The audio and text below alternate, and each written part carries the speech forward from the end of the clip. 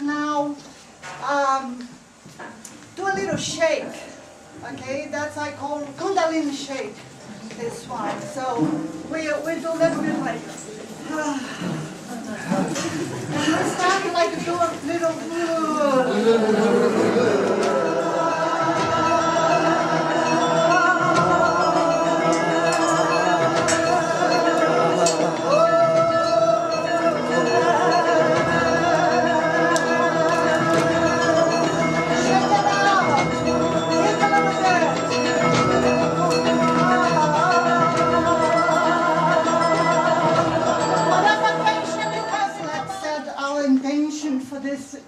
That is so important here for everybody.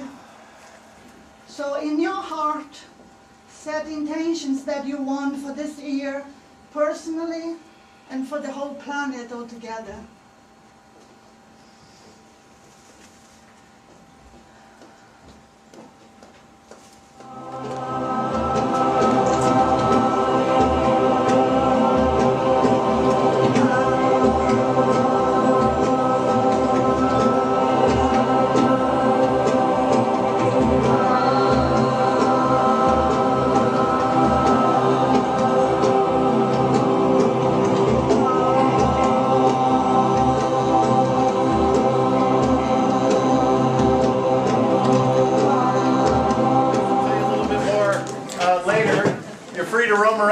Enjoy the scenery and the place, and it's open for lots of different possible events.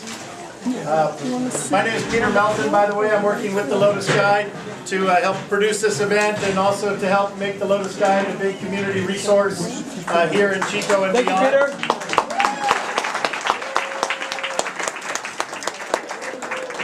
So that's we have a chance. You can participate also. I don't know if you haven't been receiving these community emails. We do have a few sign-up sheets that you can put your name and email address on a sign-up sheet so that you'll receive the emails that come out every 2 weeks telling you about great events. Also, there was something else I was just going to say that just slipped my mind. But you gave a nice little round of applause, but what I wanted to say is that I'd like you to stir up one more great round of applause for Dara and Rahasha.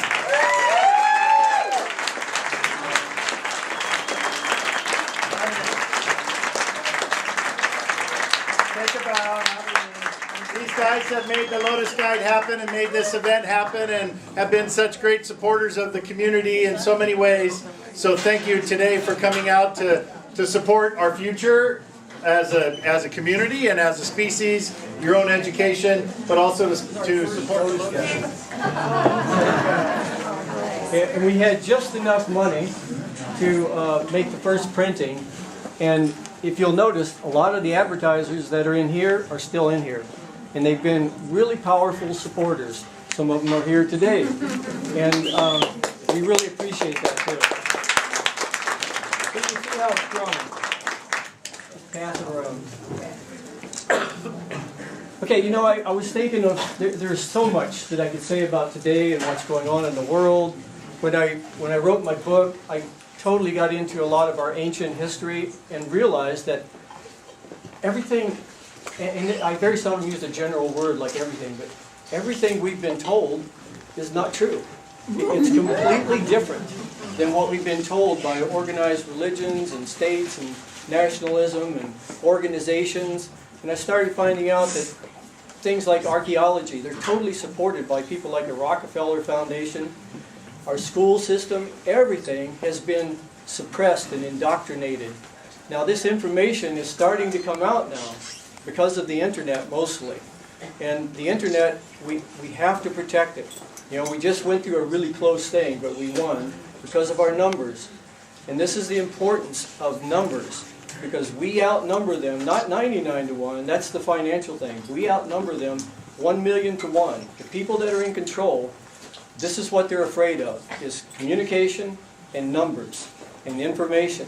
So we have the information, we have the communication, and we have the numbers. We just have to keep on doing our thing, because this has to be a non-violent revolution, because they're waiting for violence.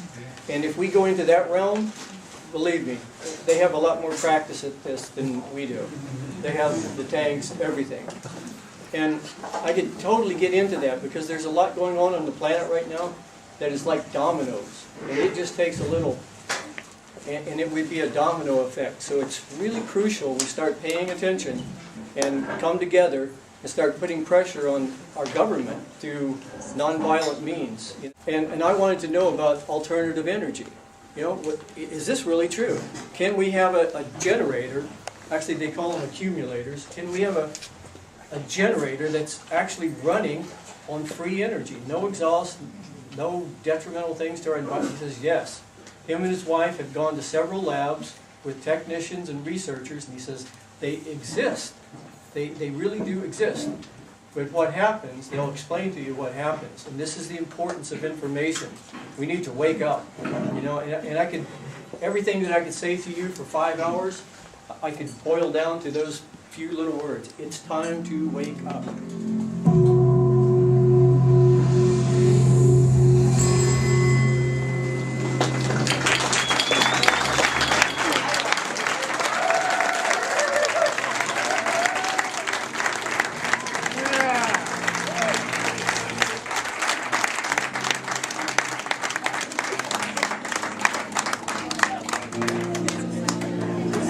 What'd you think?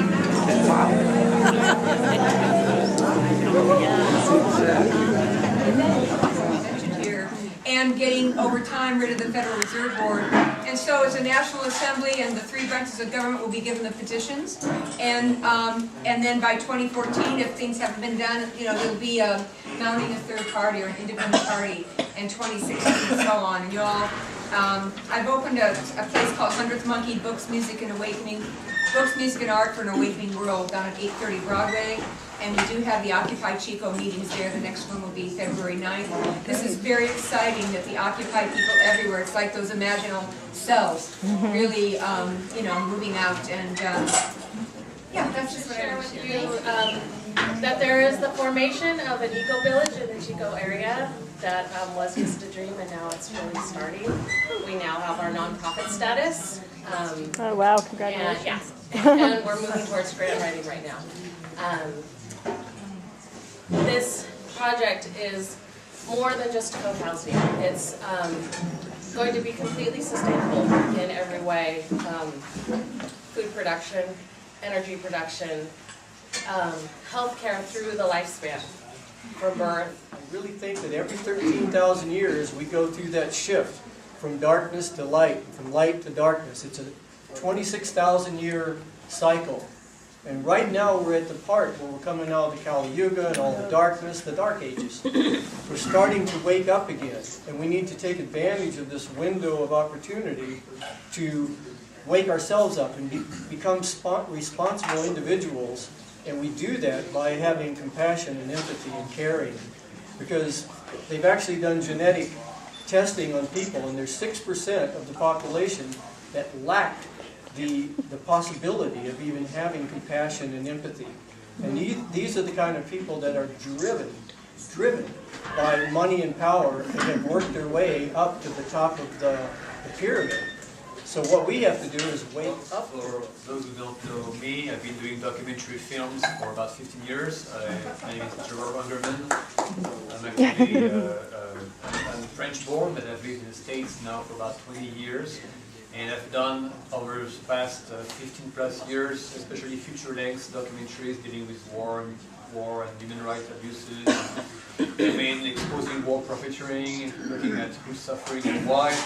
And so I've been very much in the dynamic of trying to identify some of the evils of our world, and some of them, of course, are... I think what needs to really happen is for us to live by a notion of respect. Respect for fellow citizens, respect for nature, respect for anything that's beautiful and needs to be respected in this world. And it's something. Our website is chicosidewatch.org. Basically what we are is a geoengineering and aerosol spraying awareness group. We're trying to do grassroots awareness, inform people. We're also trying to do political and legal stuff. We're starting to get into that a little bit. We were doing tests in Chico. Aerosol spraying is known as chemtrails. Some people don't like that term because it has a lot of baggage attached to it, but it's basically what people know it as mostly. We're doing testing in Chico of water sources, and we're finding very high levels of aluminum, which is very toxic. The highest we found was over 7,000 parts per billion in Horseshoe Lake. That's that little lake up by the golf course in Upper Bibble Park. The maximum contamination level for aluminum is 1,000. That's when the EPA is supposed to come in and do something. Because I'm a faculty member at Butte College. I teach sustainability and sustainability studies and sociology, and classes are fuller than ever. Students need to get involved in this new paradigm shift, and it's so exciting to watch.